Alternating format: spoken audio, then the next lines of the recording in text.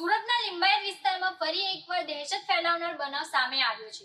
કૃષ્ણનગર 2 માં 20 થી 25 લોકોની ટોળકીએ પથ્થરમારો કરતા એક વ્યક્તિને ગંભીર રીતે ઘાયલ કર્યો છે।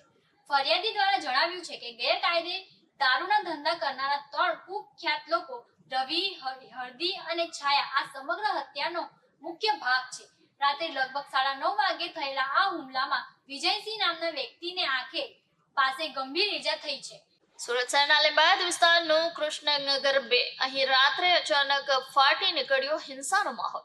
આંગણવાડી નજીક 20 થી 25 લોકો ભેગા થઈ ગાળો બોલતા હતા, સ્થાનિકોની શાંતિ ભંગ કરતા હતા અને ફરિયાદ મુજબ અહીં ગેરકાયદેસર દારૂનો વેપાર પણ ચાલે છે। ફરિયાદી ચેતન રાજપૂતે આ લોકોને ત્યાંથી દૂર જવા વિનંતી કરી, કારણ કે તેની બહેન અને પુત્રી ત્યાં હાજર હતા, પરંતુ ટોળકીએ વાત સાંભળી નહીં। રાત્રે 9:30 કલાકે આ જ ટોળકીએ ફરિયાદીના ઘરને નિશાન બનાવ્યું અને ભેગા મળી પથ્થરમારો કર્યો હતો। પથ્થર વાગવાથી 32 વર્ષીય વિજયસિંહ ગંભીર રીતે ઘાયલ થયા છે।